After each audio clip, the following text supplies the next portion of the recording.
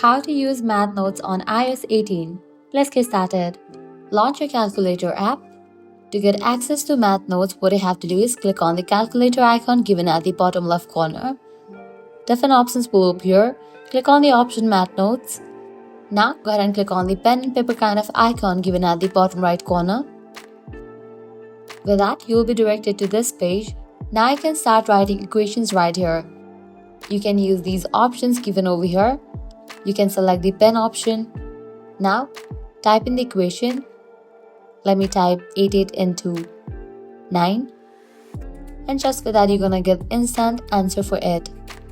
So this way you can easily use math notes. You can also paste the equations in this page and you can get the instant answers. So this is how you can easily use math notes on iOS 18.